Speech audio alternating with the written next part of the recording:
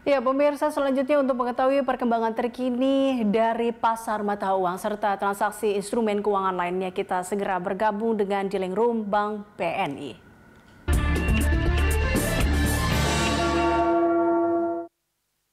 Kita telah terhubung dengan Treasury Research Analyst BNI, Pugu Andik. Terima kasih Mas Pugu telah bergabung bersama kami. Mas Pugu, apa kabar rupiah kita pagi hari ini? Apakah dibuka menguat atau malah sebaliknya? Ya mungkin Mbak Eliza, kalau kita lihat memang pembukaan rupiah cenderung datar ya dibandingkan dengan penutupan di Jumat lalu gitu ya, karena memang kondisinya adalah corona secara global membaik, dari dalam negeri juga membaik. Namun kemarin juga kalau kita bicara hari Jumat lalu gitu ya, dari list data current account balance kita gitu ya, yang meskipun surplus gitu ya cukup baik 795 juta, namun itu sebenarnya sedikit di bawah ekspektasi pasar. Ekspektasi pasarnya adalah membaik daripada rilis dari dari kuartal 3 lalu gitu ya, sehingga di sini rupiah kecenderungannya memang sedikit tertekan pagi ini seperti itu. Oke, rupiah berada di rentan atau bergerak di rentan level berapa untuk hari ini, Mas Pugu? Ya mungkin kalau kita bicara rentang ya mungkin kalaupun ada pembalikan arah gitu ya, ada mungkin terendah rupiah mungkin bisa di level 14.030 gitu ya, namun kecenderungannya memang sedikit mengalami kenaikan ya, mungkin 14.130 adalah level yang cukup tinggi gitu ya, bahkan sangat tinggi untuk potensi hari ini seperti itu. Oke, baik. Kalau kita lihat pergerakan rupiah terhadap mata uang asing lainnya akan seperti apa?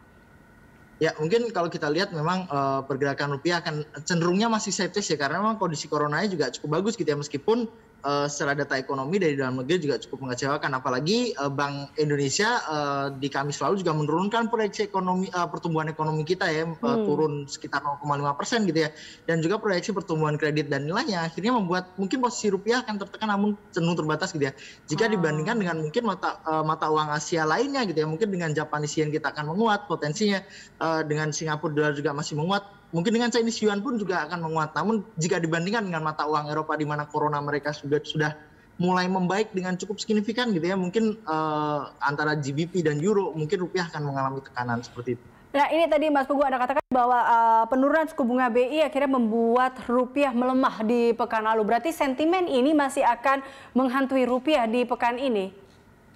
Ya, mungkin secara langsung keputusan BI melakukan pemangkasan suku bunga tidak negatif gitu ya, namun proyeksi ekonomi yang diturunkan dan juga proyeksi kredit yang diturunkan, itulah yang akhirnya menjadi sentimen negatif untuk pergerakan rupiah, karena memang pasar juga sudah expect gitu ya pekan lalu bahwa BI akan melakukan pemangkasan suku bunga, dan memang suku bunga ini layak untuk diturunkan gitu ya, mengingat inflasi kita juga masih jauh dari target 2% gitu ya, di bulan Januari bahkan kembali turun gitu ya, seperti itu. Berarti memang ini sesuai ekspektasi pasar ya, bisa dikatakan seperti itu, penurunan suku bunga acuan. Iya. Oke, tapi kebijakan BI ini seberapa besar sih dampaknya atau berdampak ke obligasi?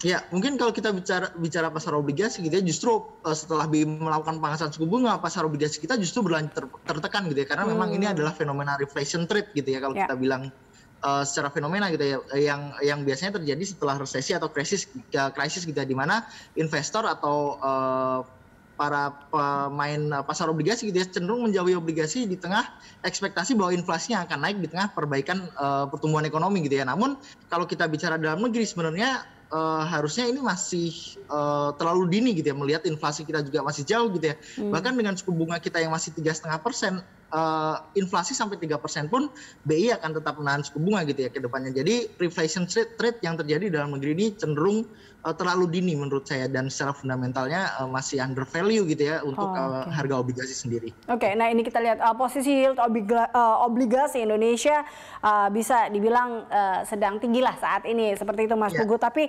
sikap investor harus seperti apa? Menurut Anda sebaiknya seperti apakah sikap investor menanggapi hal ini? Apakah mulai beli atau tahan atau seperti apa menurut Anda? Ya mungkin kalau rekomendasi mungkin lebih ke arah beli gitu ya, karena memang saya juga ngerasa bahwa pasar obligasi ini under value, dan itu pun juga terjadi pada investor asing. Kita bicara investor asing selama sepekan lalu gitu ya, sampai tanggal 18 gitu ya, data Jumat belum keluar, sampai tanggal 18 secara weekly gitu ya, investor asing membuka net capital inflow 3,66 triliun. Ini juga cukup bagus gitu ya, bahkan sepanjang Februari juga masih ada capital inflow dari pasar obligasi dia 10,89 triliun. Jadi sebenarnya kalau kita melihat asing itu justru sangat tertarik, masih ketertarikannya masih sangat tinggi gitu ya untuk obligasi dalam negeri. Namun dari dalam negeri sendiri justru yang terjadi aksi jual sehingga harga obligasi cenderung mengalami penurunan gitu. Oke, Mas Puguh, ini salah satu yang juga cukup menarik perhatian pasar, Mas, adalah bagaimana kita menyelesaikan pandemi ini. Salah satunya dengan vaksinasi, bahkan pemerintah juga melanjutkan PPKM Mikronya.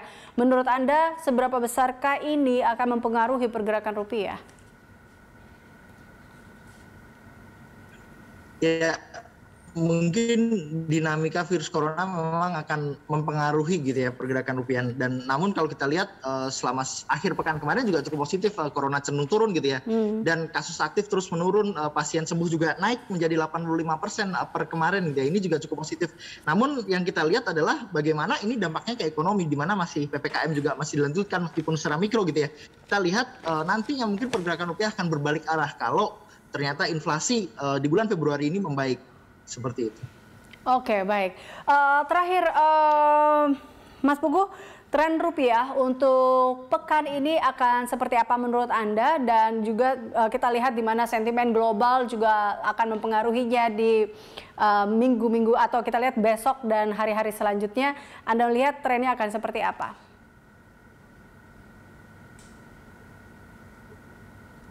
Ya mungkin kalau kita bicara tren pergerakan rupiah dari dalam negeri otomatis akan minim sentimen, rilis data ekonomi pun tidak ada. Mungkin pekan depan gitu ya tanggal 1 Maret akan ada rilis data inflasi gitu ya.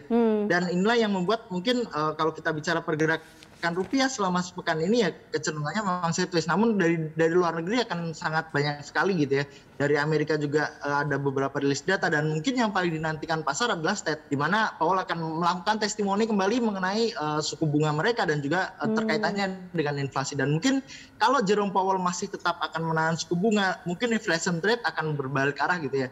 Pasar obligasi kembali menguat gitu ya. Dan mungkin pekan ini juga yang dinantikan adalah voting dari Kongres gitu ya terkait stimulus Amerika Serikat yang 1,9 triliun itu. Dan inilah yang mungkin akan yang membuat pergerakan rupiah dinamis, namun kecenderungannya memang rupiah masih ada potensi untuk mengalami penguatan seperti itu. Baik, terima kasih Mas Puguh telah bergabung bersama kami. Terima kasih atas informasinya. Pemirsa, demikian Treasury Research Analyst BNI Puguh Andik.